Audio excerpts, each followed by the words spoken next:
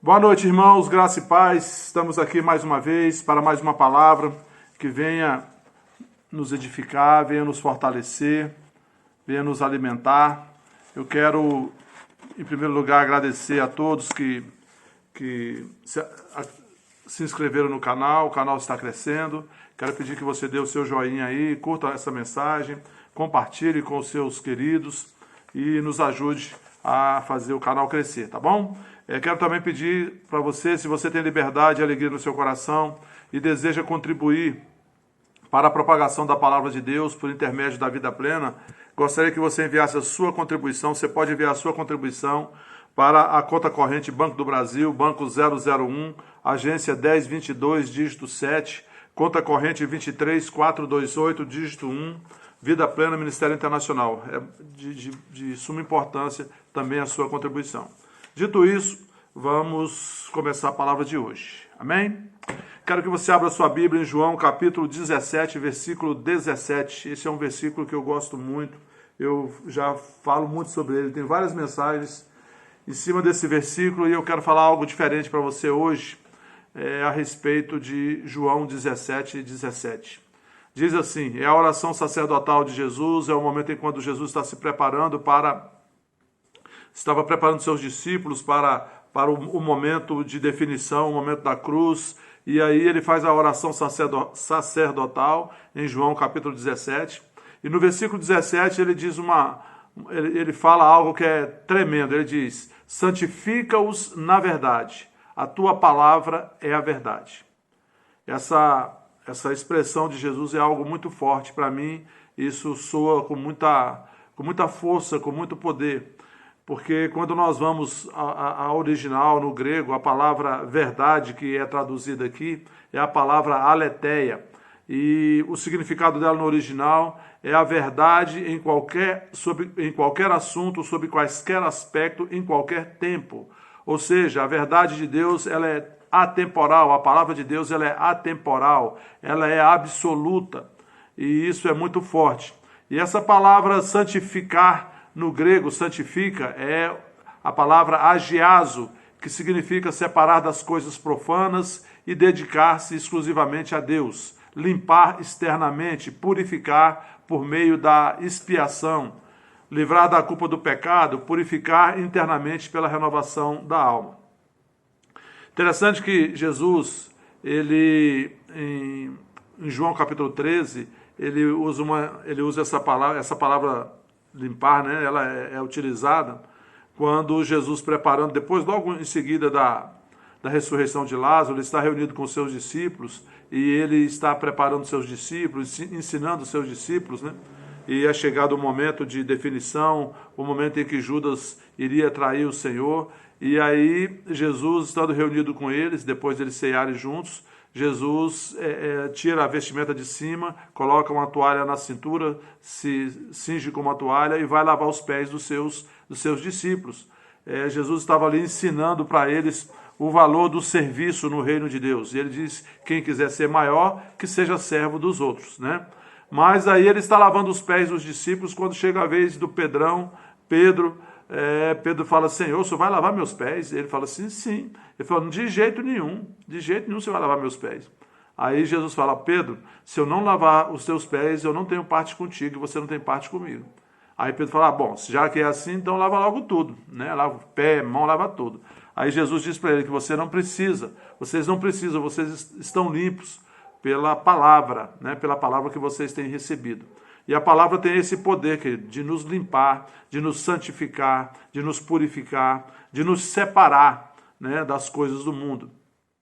Na verdade, nós, vivendo nesse mundo, muito embora sejamos novas criaturas, filhos de Deus, a igreja, o corpo de Cristo, nós enfrentamos um dilema diariamente, que é um combate, um embate entre a verdade natural e a verdade sobrenatural. Né? Nós estamos falando aqui da verdade, porque Jesus diz: santifica-os na verdade, a tua palavra é a verdade. A verdade natural, quer dizer, é aquela percepção que temos por intermédio dos nossos sentidos, aquilo que nós percebemos e atribuímos valor, né? tudo que nós percebemos pelos nossos sentidos. Aquilo se torna algo essencial, algo acessório, algo dispensável ou algo importantíssimo nas nossas vidas, por causa da experiência que nós temos através dos sentidos. E essa verdade natural, querido, ela tem um caráter transitório. Ela pode mudar de acordo com o tempo, de acordo com a situação, de acordo com o momento, de acordo com as pessoas. Essa verdade natural, ela muda, né? Mas existe uma verdade sobrenatural, né, que é a verdade da palavra de Deus. E essa verdade da palavra de Deus, a fé do tipo de Deus, ela vem pela revelação da palavra, ela não vem pelos sentidos. E o tempo todo nós somos desafiados, né, diante das situações da vida, a decidir, né, como vamos viver. Como vamos decidir na nossa vida? Vamos decidir viver a verdade natural, aquela transitória, aquela que muda segundo as circunstâncias das pessoas, ou vamos viver a verdade sobrenatural, ou seja, viver segundo a revelação da palavra de Deus? Quando nós vivemos de modo natural, querido, a gente não consegue trazer para a nossa realidade a realidade do reino de Deus, para a nossa vida a realidade do reino de Deus. A realidade do reino de Deus ela é trazida ao mundo natural pela confissão da palavra, pela confissão dessa verdade sobrenatural, pelo entendimento, pela fé e pela confissão dessa verdade sobrenatural que é a palavra de Deus, né? Esse mesmo embate a gente vê Paulo falando, né, em 2 Coríntios 4, no versículo 18, que ele diz: não atentando nós nas coisas que se veem, ou aquilo que é percebido pelos sentidos, mas nas que se não veem, porque as que se veem são temporais, e as que se não veem são eternas. Veja aqui Paulo nos mostrando este embate, este combate, esse dilema que nós enfrentamos todos os dias, conforme eu falei anteriormente, da verdade temporal e da verdade eterna, da verdade natural e da verdade sobrenatural. E nós, no meio desse dilema, nós temos que decidir de que lado nós ficaremos, como nós agiremos, e de acordo com a nossa decisão, a gente vai desfrutar de coisas eternas ou de coisas passageiras. A gente vai ter segurança, paz e alegria, ou a gente vai viver atribulado. Com relação a essas questões de verdades, né, temporais, verdades eternas, verdades sobrenaturais e natural, existe outro dilema também, que é um dilema da fé que a gente enfrenta. O dilema do ver para crer e o crer para ver, né? O ver para crer, ela na verdade, as pessoas às vezes dizem: eu só acredito se eu ver. Isso na verdade, querido, não é fé, isso é incredulidade. Eu vou mostrar mais tarde, mais para frente, eu vou mostrar isso para vocês. E o crer para ver, queridos, é a fé bíblica. Aquilo que nós vemos segundo a palavra, nós confessamos e aquilo se transforma em realidade. A gente precisa, diante das situações, das circunstâncias, ver pelo óculos da palavra, pelos olhos da palavra, aquela realidade que a palavra de Deus está mostrando.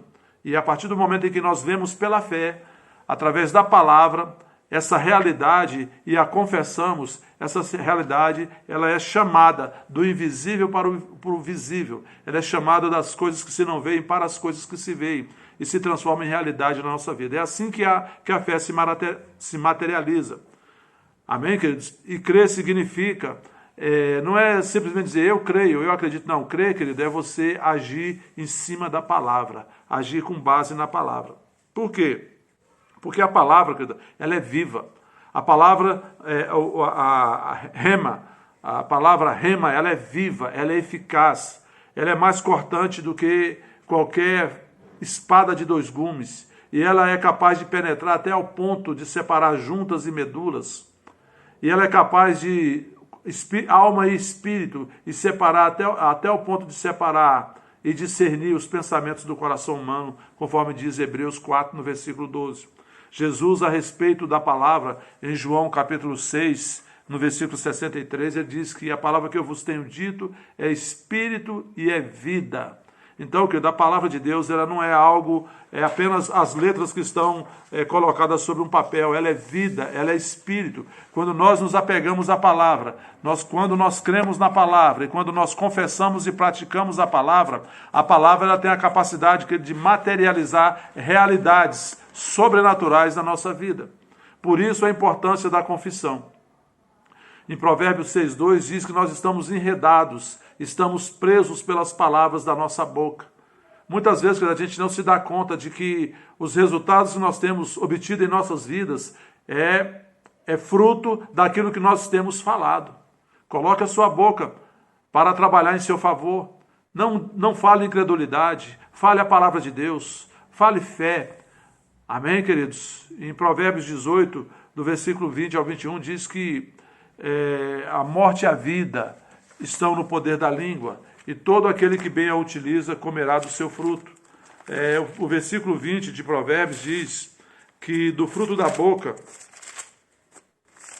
deixa eu pegar aqui, do fruto da boca o coração se farta, do que produzem os lábios se satisfaz. A morte e a vida estão no poder da língua, o que bem a utiliza comerá do seu fruto. Amém, queridos?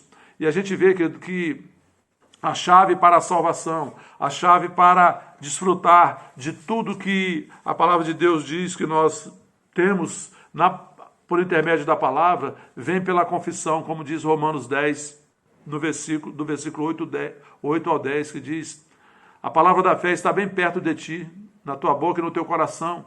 Se com a tua boca confessares Jesus como Senhor, e em teu coração creres que Deus o ressuscitou dos mortos, serás salvo. Porque com o coração se crê para a justiça, mas com a boca se confessa a respeito da salvação. Então, querido, a salvação, primeiro, o novo nascimento, primeiro vem por crer no Senhor Jesus e confessar, o Senhor Jesus como Senhor das nossas vidas. Amém? Por isso que o autor de Hebreus ele é muito enfático quando ele diz em Hebreus, capítulo 10, no versículo 23, ele diz que nós não devemos abandonar a nossa confissão, porque quem fez a promessa é fiel. Nós não devemos abandonar a palavra, querido. Sabe, diante das circunstâncias, fique com a palavra. Ah, mas não está acontecendo nada. Fique com a palavra, porque quem fez a palavra é fiel. Deus vela pela sua palavra para cumprir. Não é no tempo nosso, e desespero não traz a providência de Deus, querido. O que traz a providência de Deus é crer e descansar. Aqueles que creem, descansam. Amém, queridos? Seja qual for a área que você esteja passando dificuldades, finanças, enfermidades, relacionamentos, qualquer que seja, fique com a palavra, confesse a palavra. Amém, queridos? A respeito dessa questão de fé, existem várias espécies de fé. Ontem eu falei, anteontem ou ontem, acho que foi ontem, 5 tipos de fé. Hoje eu vou falar de 2.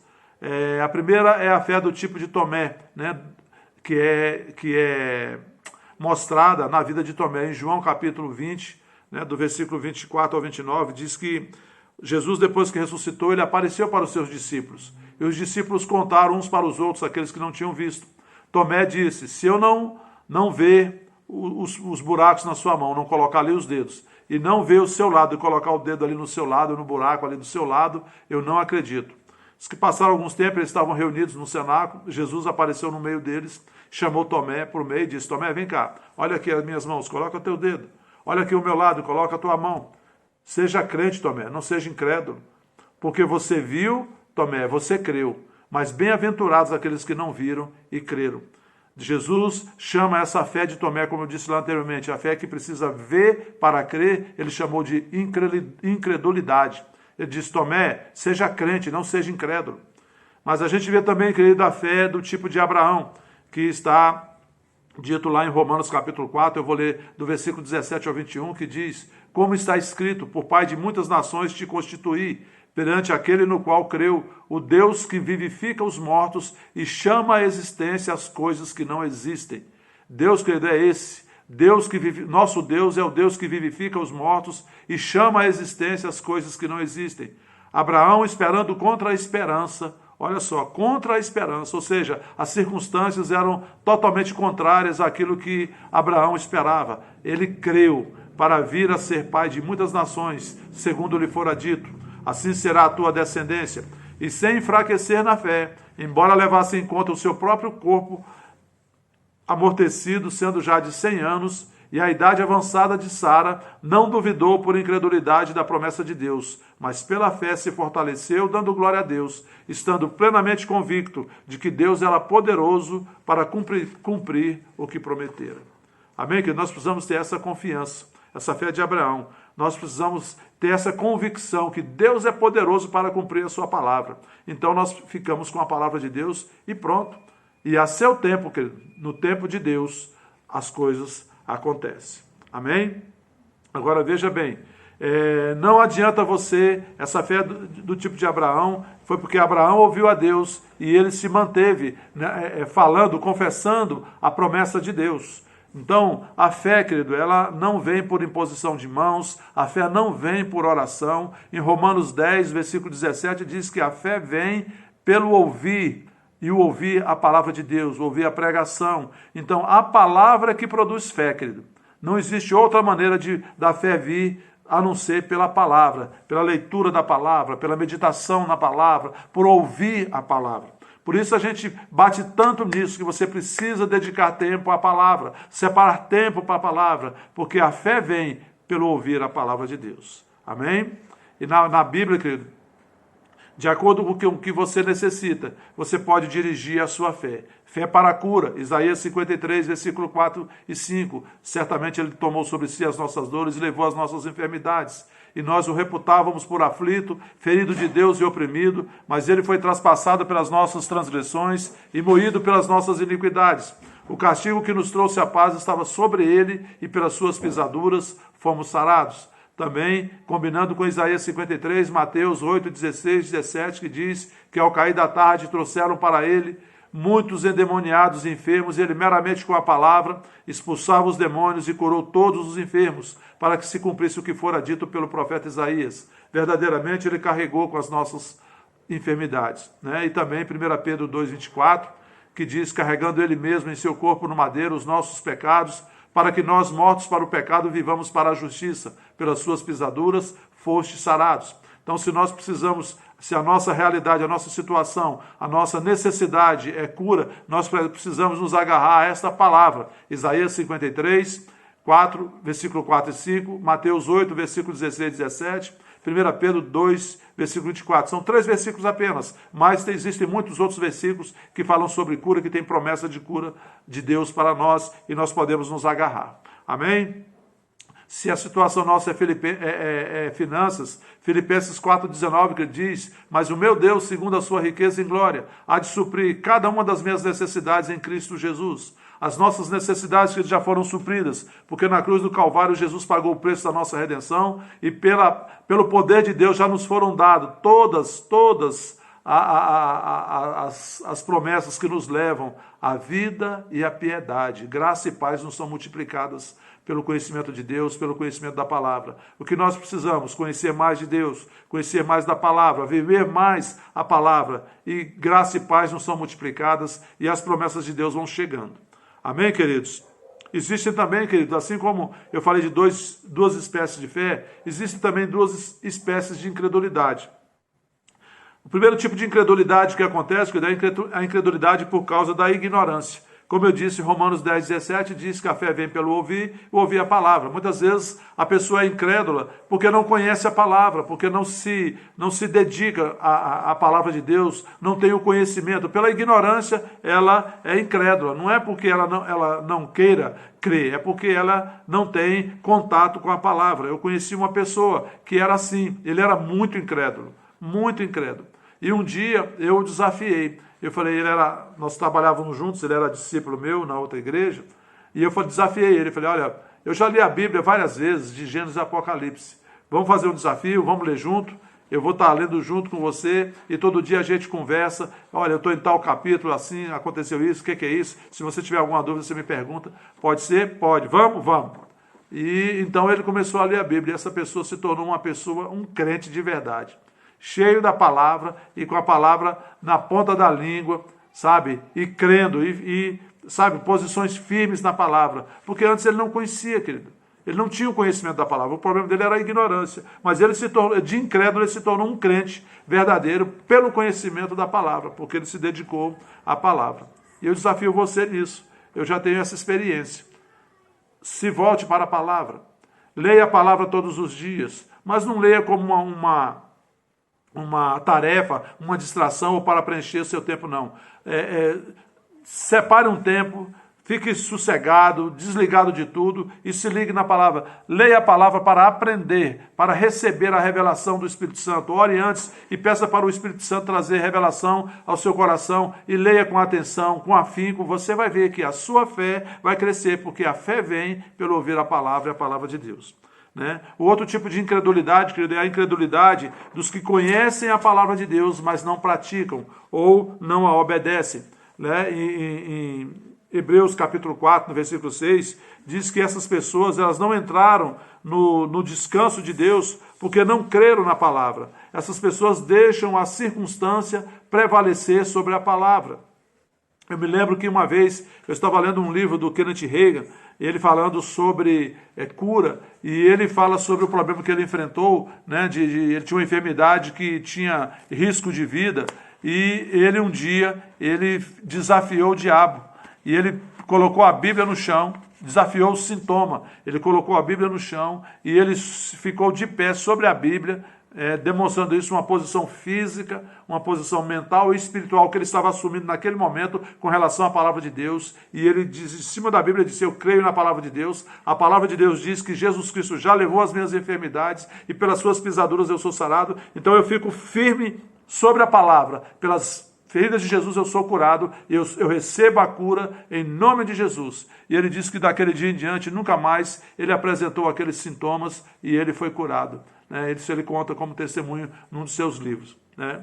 E o que é a incredulidade? A incredulidade é a incapacidade de se deixar convencer pela palavra. Muitas pessoas conhecem a palavra, mas não se convencem de agir sobre a palavra. Isso é incredulidade, querido. Não basta apenas conhecer, ter informação, você vai falar algo para a pessoa responde, sabe, conhece o versículo, fala até de qual a palavra, mas ela não age em cima daquela palavra. Quando a gente não age em cima da palavra, a palavra não transforma as nossas vidas.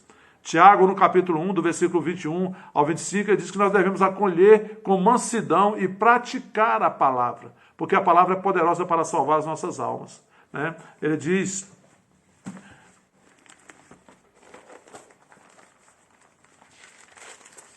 Deixa eu ler aqui Tiago 1.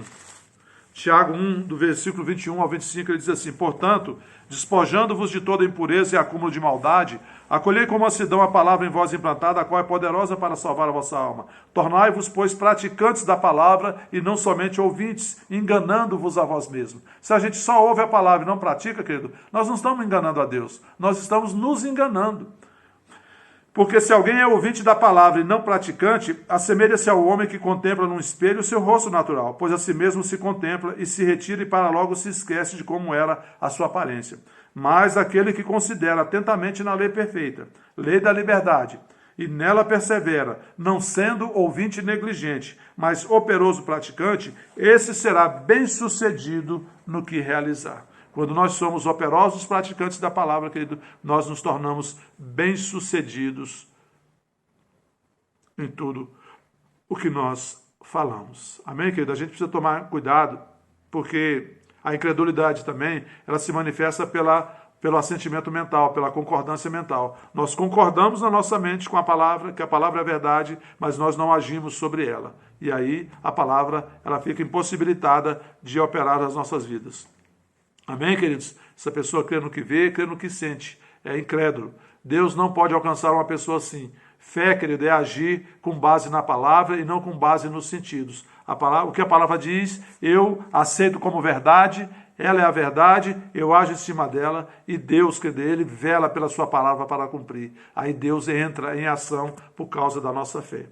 Olha o exemplo de Paulo, lá em Atos capítulo 27, Paulo estava indo para Roma, né, navegando naquele navio, e o navio estava numa viagem muito difícil, né, com a tempestade, o mar revolto, né, e aí o anjo aparece para Paulo e diz para ele que ele ficasse tranquilo, que ninguém ia se perder, todos iam viver. né? E aí Paulo creu naquela palavra, né? Como Abraão creu quando Deus falou com ele, e ninguém se perdeu. Perdeu o barco, perderam as coisas, mas nenhuma vida se perdeu, conforme o anjo havia dito para ele, né? Qual a aplicação que a gente pode fazer para a nossa vida? Se nós estamos passando por situações difíceis, situações de naufrágio, situações de tempestades, né, de mar revolto na nossa vida, nós devemos ficar com a palavra, querido. Hebreus, no capítulo 13, no versículo 5, Deus prometeu que Ele nunca nos deixaria, nunca não nos abandonaria. Então fiquemos com essa palavra. Deus disse que nunca me deixaria, Deus disse que nunca me desampararia. Muito embora eu esteja passando por essa dificuldade, mas Deus está comigo, Deus vai passar comigo e eu vou chegar do outro lado. Amém, queridos? Fiquemos firmes, agarremos a palavra e fiquemos firmes, porque Deus é fiel e Ele cumpre a sua palavra. E hoje, querido, a fé é para hoje. A gente passa hoje um momento onde a gente é bombardeado com notícias sobre coronavírus o tempo todo, morte, doença, estatística, só notícias negativas. Primeiro conselho que eu dou para você, desligue esse canal que você está vendo que só dá notícia ruim. Se ligue na palavra. Primeiro conselho. Segundo conselho, querido, Efésios 1, versículo 3. Bendito Deus e Pai de nosso Senhor Jesus Cristo, que já nos abençoou com toda sorte de bênçãos espirituais nas regiões celestiais em Cristo Jesus. Querido, isso já é um fato consumado, já está feito. Deus já nos abençoou em Cristo com toda a sorte de bênçãos espirituais nas regiões celestiais. Nós não seremos abençoados. Sabe, querido? Não existe uma bênção que ficou retida na mão de Deus para caso a gente se comporte bem, não. Querido, a bênção de Deus ela é decorrente da obra redentora de Jesus Cristo, não é decorrente das nossas obras. Deus já nos abençoou. Fique firme com isso. Repita comigo, eu sou curado, nada me falta, eu sou livre, eu sou próspero. Amém, queridos? Fique firme, Deus já me abençoou e as coisas vão se manter. Fique firme na fé. A palavra diz em Hebreus 11:1 que fé é certeza. Certeza das coisas que se esperam, convicção de fatos que não se veem. Ora, a fé é o firme fundamento das coisas que se esperam, a prova das coisas que se não veem. Então, querido, fé é certeza, fé é convicção, fé não é dúvida, fé não é esperança, fé é certeza e convicção. A gente precisa entender isso, querido, que sobre a autoridade, que a gente tem autoridade em Cristo. Mas antes eu queria lembrar um versículo para você que está em Marcos 11, versículo 23 e 24, que quando Jesus fala, tende a fé do tipo de Deus, né? Se alguém disser a este monte, erga-te, lança-te no mar, e não duvidar no seu coração, mas crer que se fará o que se diz, assim será com ele. E quando orares, crede que recebeste, será assim convosco. Sabe, quer dizer, um dia eu estava pensando nesse texto e me veio uma revelação. Quando você lê Gênesis capítulo 1, você vê Deus chamando à existência todas as coisas pela palavra. Ele diz, haja luz, houve luz, haja estrelas, houve estrelas, haja as plantas assim, aí aconteceu aquelas plantas. E foi criando todas as coisas. E lá em Gênesis 1, versículo 26 a 28, Deus cria o homem e diz, façamos o homem conforme a nossa imagem e a nossa semelhança, tenha ele autoridade sobre toda a criação. A gente vê que Deus deu ao homem a autoridade, o domínio sobre toda a criação. E a gente sabe também, lá em Gênesis 3, quando o homem caiu, ele ficou desligado de Deus, né? Ele saiu debaixo do governo de Deus, entrou debaixo do governo de Satanás, e o homem foi perdendo a sua autoridade. Mas Jesus veio, querido, para resgatar a nossa autoridade, resgatar tudo aquilo que nós perdemos na queda, e Jesus nos levou de volta à mesma condição que Adão tinha antes da queda. Em Lucas capítulo 8, 25 e Mateus 8, versículo 27, os discípulos de Jesus, eles ficam espantados quando Jesus dá ordem aos ventos e as ondas se acalmam, o vento se acalma e o mar se acalma. Eles ficam assim, surpresos, espantados, com a natureza obedecendo a Jesus. Mas o que estava acontecendo ali, querido, era a criatura obedecendo ao seu Criador. A natureza obedecendo ao seu Criador, porque Jesus estava lá na criação, conforme diz João 1, né? No princípio era o Verbo, e o Verbo estava com Deus, e o Verbo era um Deus. Todas as coisas foram feitas por ele, por intermédio dele, né? Então Jesus estava lá na criação. Ele era o Verbo, né? Deus dizia, haja luz, houve luz. Então eles ficaram espantados com a natureza obedecendo a Jesus. Mas era simplesmente a criatura obedecendo ao seu Criador. E essa autoridade que Jesus tinha, que ele restabeleceu ao homem. Na verdade, ele não restabeleceu ao homem, ele restabeleceu à igreja. Ela não foi dada de volta ao homem, ela foi dada à igreja. Né? É diferente isso. Então, hoje, nós podemos, como diz Lucas 10:19, eis aí vos dei autoridade para pisar de serpentes e escorpiões e todo o poder do mal, e nada, absolutamente nada, vos causará dano. Jesus já nos deu, querido, nos deu de volta a autoridade como igreja do Senhor Jesus, como o corpo de Cristo nessa terra. Jesus nos deu autoridade sobre todo poder do mal e nada, absolutamente nada, nos causará dano. O que nos falta? Crer e agir em cima disso, querido. A gente precisa saber discernir com relação às situações que nós estamos passando, se aquilo é decorrente de falhas que nós estamos cometendo. Se for decisões erradas, voltemos atrás, mudemos as nossas decisões. Mas se você discerne, querido, que é uma ação maligna, uma ação de um espírito maligno, você tem autoridade sobre esse espírito em nome de Jesus. Manda soltar, manda sair em nome de Jesus. E você não tem que botar força não, porque a força, o poder está no nome de Jesus. E vai ter que sair, pronto. Amém, queridos? Quero encerrar com isso. Jesus diz em Mateus 28:18, toda a autoridade me foi dada no céu e na terra. Ide, portanto, e fazei discípulos. Ele transferiu essa autoridade para a igreja. Nós somos a igreja, nós somos a maior autoridade na terra. Não é coronavírus, não é poder humano, poder político, nada. A maior autoridade nessa terra é a igreja que tem a resposta, querido, para dizimar, para colocar para correr todo o poder do mal e nada, absolutamente nada, nos causará dano. Fique com essa convicção, ore na sua casa, ore pela sua família, fique firme, não deixe que essas notícias coloquem medo na sua mente, porque o medo traz pânico, o medo abate a sua alma, o medo abate as suas fortalezas, a sua proteção. Amém? Deus não nos deu espírito de medo, mas espírito de poder, o Espírito Santo, espírito de equilíbrio e de amor. Amém? Feche seus olhos, vamos orar. Pai, em nome de Jesus, eu te agradeço pela tua palavra. A tua palavra é a verdade. Pai, eu te agradeço por essa palavra trazendo luz ao entendimento dos meus irmãos. Em nome de Jesus Cristo, Pai, eu te agradeço por cada um, Pai, entendendo, Pai, que a tua palavra é a verdade, agindo em cima da tua palavra, crendo na tua palavra, Pai, praticando a tua palavra e o Senhor cumprindo a tua palavra, Pai. E a tua palavra se manifestando o propósito para o qual o Senhor a disse na vida de cada um deles. Pai, eu te agradeço por cura se manifestando. Se algum irmão ou irmã está passando por alguma circunstância de enfermidade, em nome de Jesus Cristo eu declaro agora todo o mal fora da vida delas. Eu declaro a cura sobre o corpo delas, o teu poder, Pai, penetrando do alto da cabeça e permeando até a planta dos pés, e tudo que estiver fora do lugar venha para a normalidade. Em nome de Jesus Cristo, oro por todos os irmãos da Vida Plena e seus familiares, declaro sobre eles paz, alegria, saúde, prosperidade, trabalho, emprego, para os empresários, Pai, novas oportunidades, novas inspirações do Espírito Santo, Pai, e crescimento e rompimento, Pai. Em nome de Jesus Cristo. Amém. Amém, queridos? Até a próxima. Curta esse vídeo, compartilhe e até a próxima. Boa noite a todos.